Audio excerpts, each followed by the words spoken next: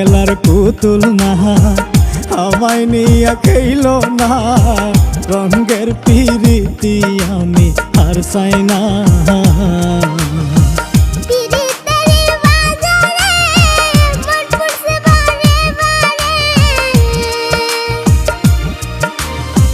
পিরিতের বাজারে